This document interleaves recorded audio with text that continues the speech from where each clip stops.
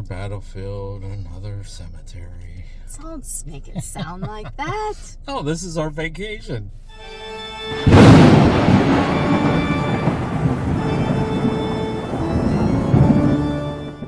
Hello there, pair peeps, and welcome to another episode of Our Haunted Travels. I'm your host, Sean Donnelly. I'm your co-host, Marye Donnelly. We are here in Fredericksburg, Virginia. Okay, we were here 2006, 19 years ago. During our honeymoon. Yeah. We have a ton of pictures of the cemetery, the National Cemetery, and the battlefield. But we're going to go up and we're going to get some video on the sunken road, which has a ton of paranormal claims.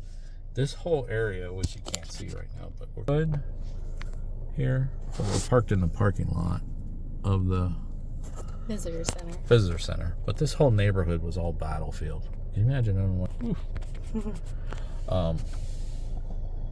But what's some of the paranormal claims on So the paranormal road? claims on Sunken Road are sounds of gunfire, voices giving commands, and soldiers being seen. And in the cemetery, ghosts are supposed to whisper. Yeah, whisper and apparitions of soldiers and all kinds of stuff in the cemetery. This is a Union cemetery, National Cemetery. It's not Confederate. It's a national cemetery, so yes. We're in Virginia. Mm-hmm. So, yeah. Okay. Well, I guess we got to get out in the heat. It's that time. But before we get into that, if you're into the paranormal, history, forensic, and travel type videos, don't forget to hit the subscribe button and ding that little bell so you'll hear from us next time we post a new video. All right. What do you think about taking the obelisk along the sunken road? That sounds good. See if we pick up anything. Okay. All right. Mm-hmm. Let's do it.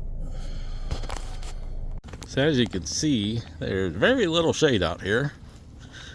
So we're not going to be out here very long. Over there's the cemetery. We'll show you some pictures of the cemetery. Actually, we'll do that right now.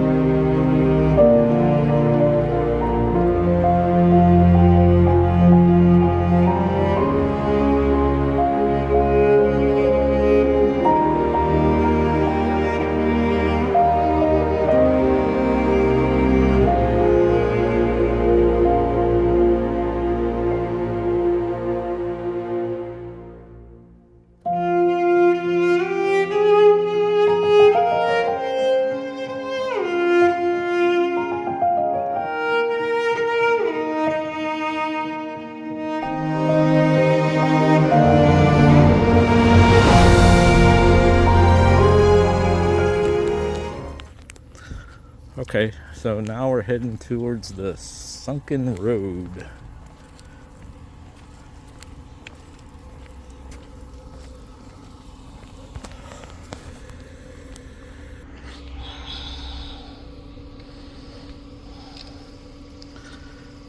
I don't think we're going to do that whole trail. I don't think so either. No. But you can if you want. No. No? It's too hot. Okay. So here we are. This is the sunken road.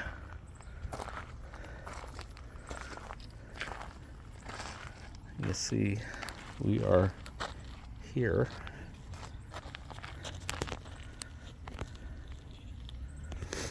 And this was all battlefield. All them houses are.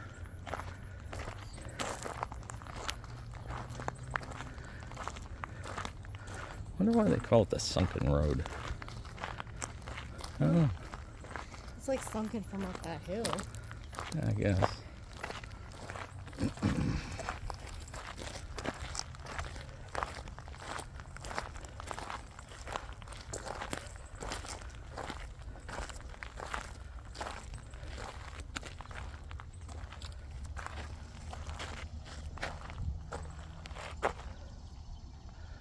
So that over there, that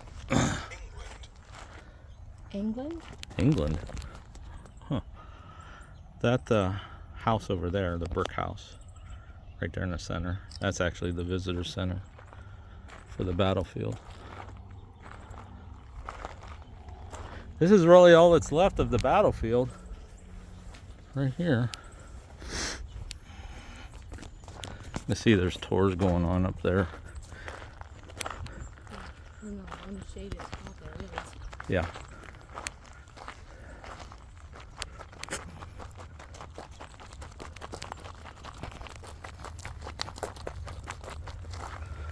Well, I tell you what, yesterday there was cloud cover in Richmond, but as soon as that sun comes out, woo!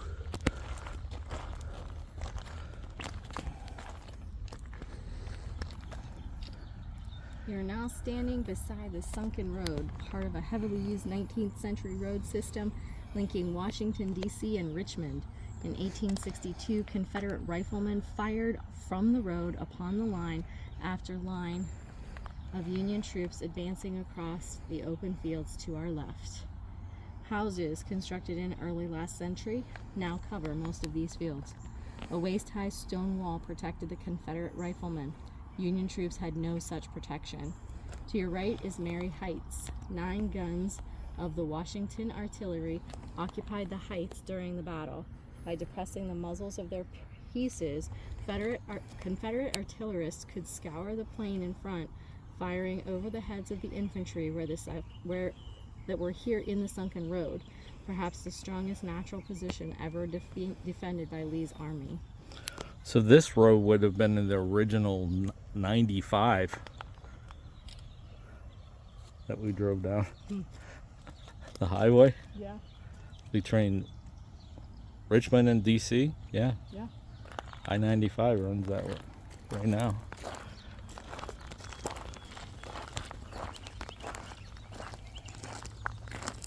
Here lives Martha Stevens.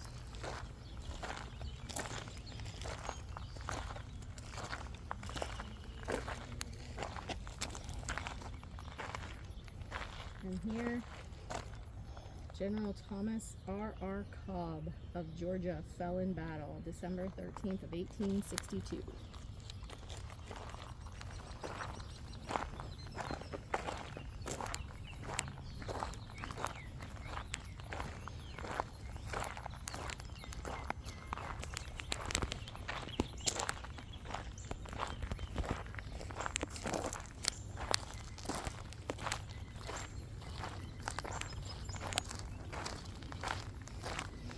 Is it picking up on anything?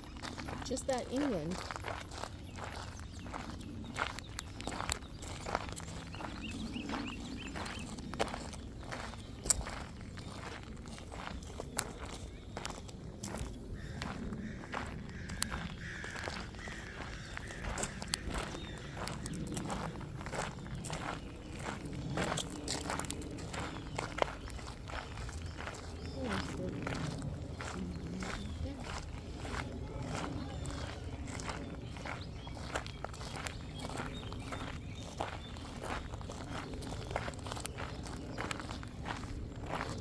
Private home? Home of the president of the University of Mary Washington. Huh.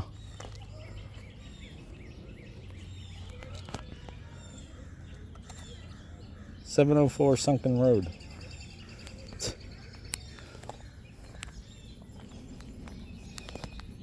Let's go see what this monument over here says. Angel of Marye Heights. Marye's Heights.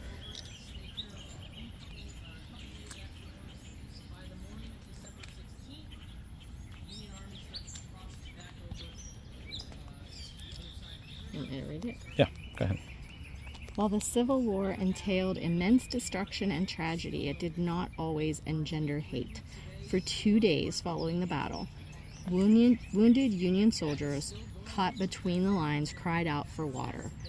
Though exposure to enemy fire, even for a moment, meant almost certain death, Sergeant Richard Kirkland of the 2nd South Carolina Volunteers tried to help.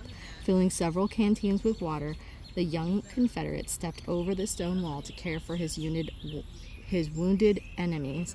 When Union soldiers understood Kirkland's purpose, they ceased firing at him. For nearly 2 hours, he continued his ministries. He died in the Battle of Chickamauga, Georgia, in September of 1863. He was just 19 years old when he performed these duties. And that's a memorial to him back there.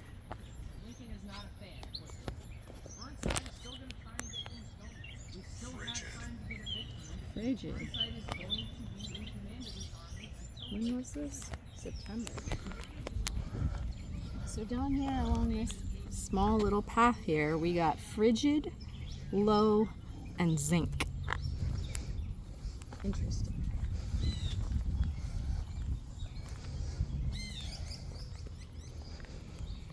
Definitely not frigid. Not frigid. Not frigid. Not at all. And the battle that they were talking about over there was in September. Although I did see something that said December, didn't you? So maybe.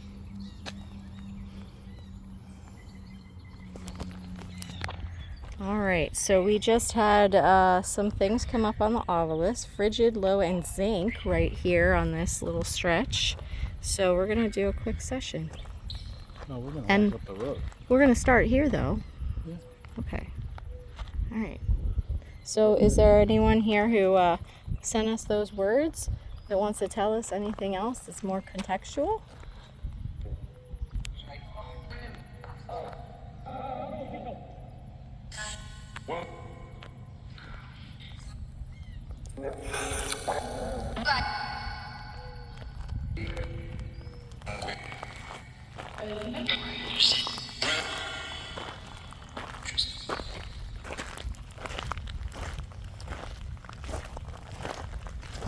Is there any soldiers still here fighting? Get down. Let's say get down.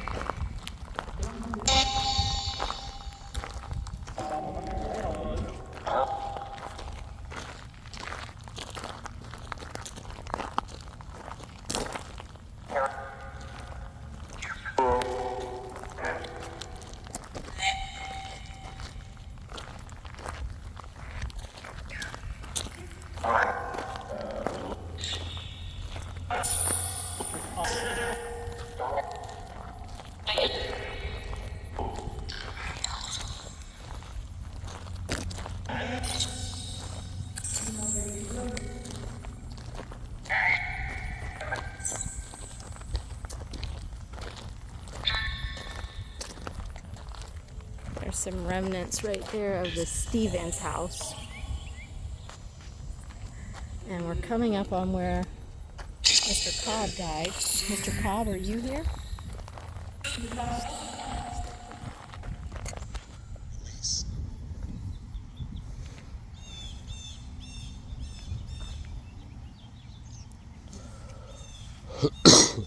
What'd that say? Release. Release. Okay, so we're at the foundation here of the Stevens house. Which does it say there? Which is right across from where Cobb's stone of his death is. And it said release. Release. Release. The foundation outlined here marks the wartime home of Edward and Martha Stevens. December 13th, rigid, of 1862, the house was caught in the vortex of Union attacks against the sunken road. Confederate sharpshooters fired from the house's windows and roof. Union artillery shell that killed General Thomas Cobb passed through the house before exploding. The legend holds that Martha Stevens, unlike most of the local residents, remained in her house throughout the battle, and she purportedly made repeated dangerous trips to her well and tore strips from her own garments to bind the wounds of the fallen. Mrs. Stevens lived until 1888, and she's buried in the plot to our left. I'll have to look for that. The house survived the battle, but was destroyed by a fire in 1913. Let's go look for that plot. Yeah. Okay. All right, so buried here are 8 members of the Enos, Mazine, and Stevens families, including the most notable and famous Martha Stevens, who in 1860 owned both the Stevens house to our right and the Enos house to our left. Okay. After the war, local children knew Martha Stevens as Granny. They remembered her ever-present apron, the pipe often clenched in her teeth in a matronly form. But Martha Stevens was no typical granny at the time. When women rarely owned property, she owned no fewer than 7 tracts of land, including a 92-acre farm in Spotsylvania County. For a time, she ran a saloon in her home. A local resident remembered her as an uneducated, too-free, outspoken woman in what she said and did. But by the time she died in 1888, at the age of 68, her stories of war had elevated her to the status of Confederate heroine. The local paper called her a genial spirit and recalled her wartime efforts to aid the wounded. Her ministrations will never be forgotten by those who survive. So there are no placards, no markers, No stones, no nothing. stones, But there's nothing. 8 people buried here. Yes.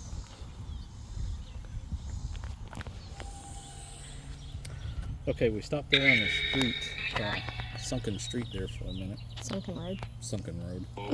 Because we're over here at the Stevens family cemetery, where there's 8 unmarked graves.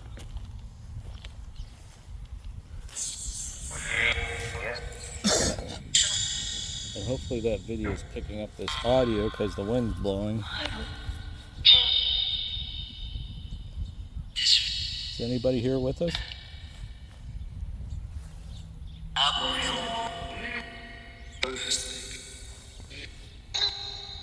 Granny Stevens, are you here?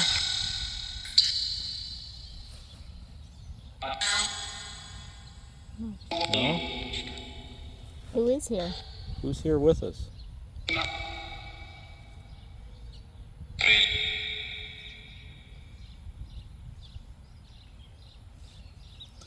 That placard over there said Granny Stevens liked to smoke a pipe.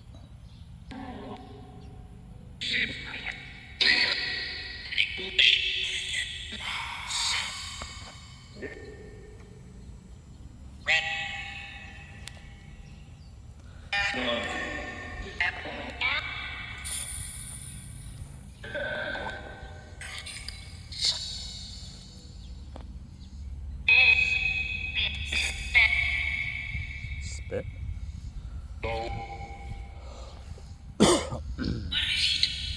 What is she doing? You know?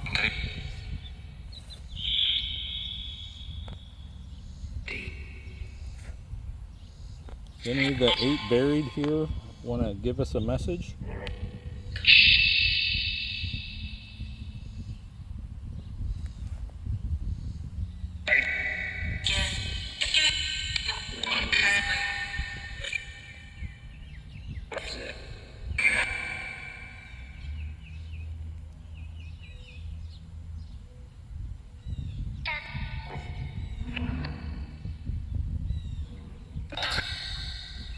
That's some background noise across the way there. Yeah, it wasn't a girl.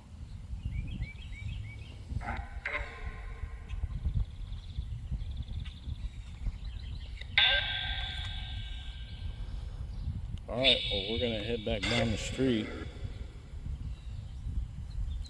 We hope you rest in peace.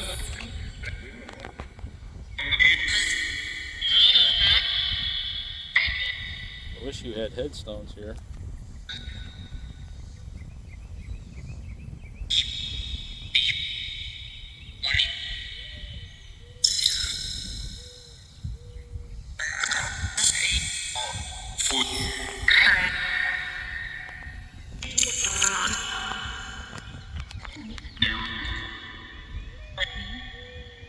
All right.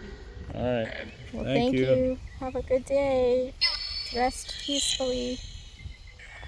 All right, so we're back on the sunken road at the Cobb site.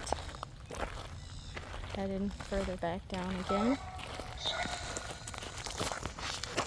Just stopped by Granny Stevens. Did any of you meet Granny?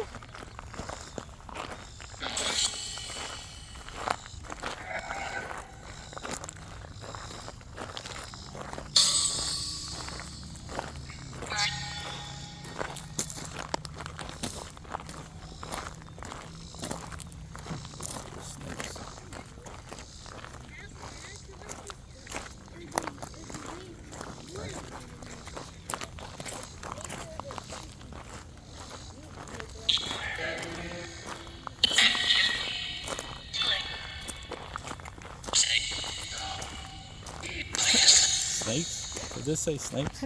I don't know. Maybe. Was there a lot of snakes here when you were fighting? No, this is December, right? Seems like maybe in April and in December. I don't know. Well, down there it said December.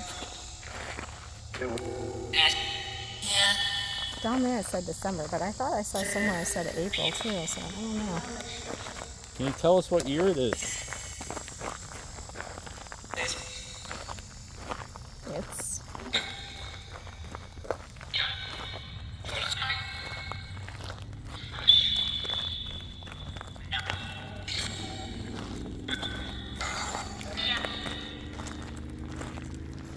All right, well, we're going to get out of the sun.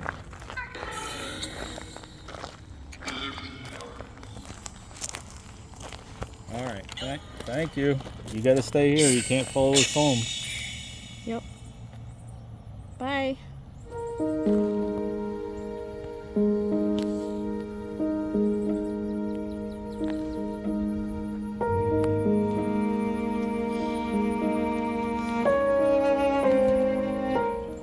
Okay, so here's information about the cemetery.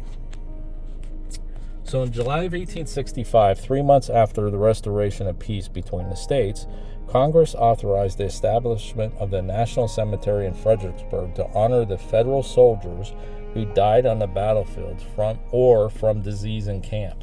The site chosen was Marye's Heights. Is that how you say it? Mm-hmm. Marye's Heights? Mm-hmm.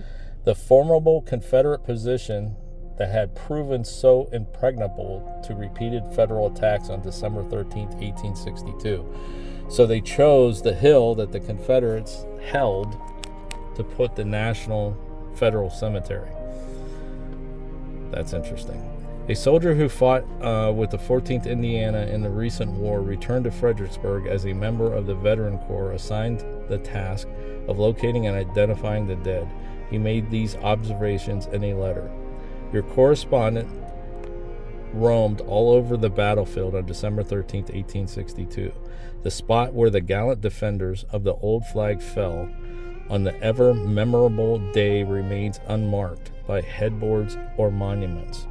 The great slaughter pen of General Ambrosia E. Burnside is mostly all under cultivation, enriched with the blood of the brave men who ever answered their country's call.